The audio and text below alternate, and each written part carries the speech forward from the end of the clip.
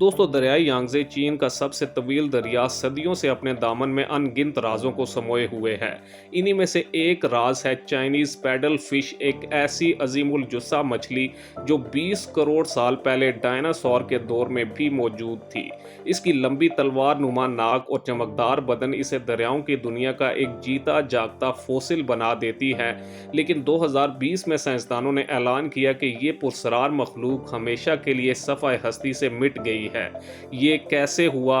आइए वक्त के दरीचे से झांक कर इस कदीम मछली की कहानी सुनते हैं। दोस्तों, चाइनीज पैडल फिश, जिसे मकामी जबान में बाइजन कहा जाता था, जमीन पर जुरासिक दौर से मौजूद थी। ये मछली 7 मीटर तक लंबी हो सकती थी और इसका वजन 500 किलोग्राम तक पहुंच जाता था। इसकी सबसे नुमायां खसूसियत इसकी नाक थी, जो एक लंबे पैडल या चप्पू की तरह दिखाई देती थी। साइंसदानों का ख्याल है कि ये नाक दरिया के पानी में मौजूद छोटे जानवरों को ढूंढने और इन्हें भगाने के लिए इस्तेमाल होती थी। ये मछली दरियाई यांगज़े की ग़ज़ा की जंजीर में सबसे ऊपर थी और हज़ारों साल तक इस खित्ते के माहौलियाती तवाज़ुन को बरकरार रखने में अहम किरदार अदा करती रही। तो चाइनीज़ पैडल फिश को जिंदा फोसिल समझा जाता था क्योंकि ये कुर्राए अर्ज़ पर लाखों साल तक अपनी असल शक्ल में जिंदा रही।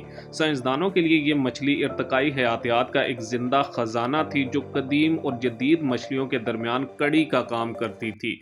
इसके मुताले से माहिरीन को ये जानने में मदद मिली कि किस तरह आबी जानवर वक्त के साथ अपने आप को बदलते हुए माहौल के मुताबिक ढालते हैं, मगर अफसोस हमने इस नायाब मखलूक को बचाने के लिए कोई खास कोशिश नहीं की। दोस्तों, 20वीं सदी के वस्त तक पैडल फिश की आबादी तेजी से गिरने लगी। इसकी सबसे बड़ी वजह बेतहाशा माहीगीरी थी।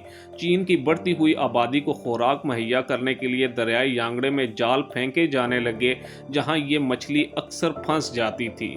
दूसरा बड़ा सबब डैमों की तामीर थी। 1981 में गैज़ोबा डैम बनाया गया, जिसने पैडल फिश के लिए अपने अफजाइशी इलाकों तक पहुंचना नामुमकिन बना दिया।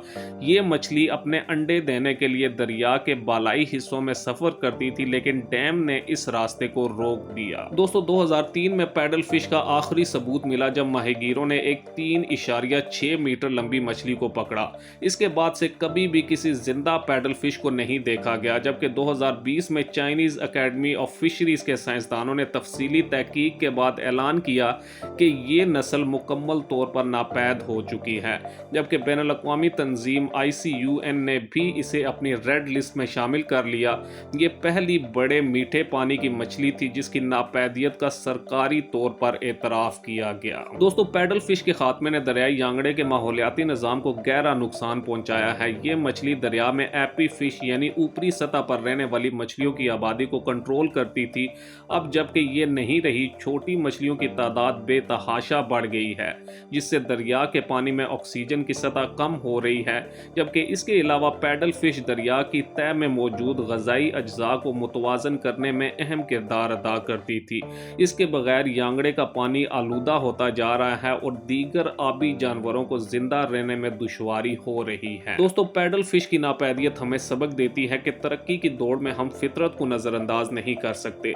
डैमों की तामीर, सनती फजले का अखराज और बेहंगम माहीगीरी ने न सिर्फ पैडल फिश बल्कि दरियाई यांगड़े के दूसरे जानदार जैसे आइवर डॉल्फिन को भी खतरे में डाल दिया है। ताहम चीन ने हाल ही में 10 साला माहीगीरी पर पाबंदी लगाई है और दरियाई माहौल को बहाल करने के मंसूबे शुरू किए जा रहे हैं, लेकिन क्या ये कोशिशें देर आए दुरुस्त साबित होंगी? दोस्तों, चाइनीज पैडल फिश की कहानी सिर्फ एक मछली की मौत नहीं, बल्कि ये हमारी ज़मीन के साथ हमारी बेहिसी की दास्तान है। आज भी हज़ारों अनवा नापैदियत के दहाने पर खड़ी हैं। अगर हमने अपने रवैये ना बदले तो आने वाली नस्लें सिर्फ किताबों में ही शार्क मछलियों, गैंडों और जंगली घोड़ों के बारे में पढ़ सकेंगी। आइए अपने दरियाओं, जंगलों और जानदारों के तहफ़्फ़ुज़ का ऐद करें।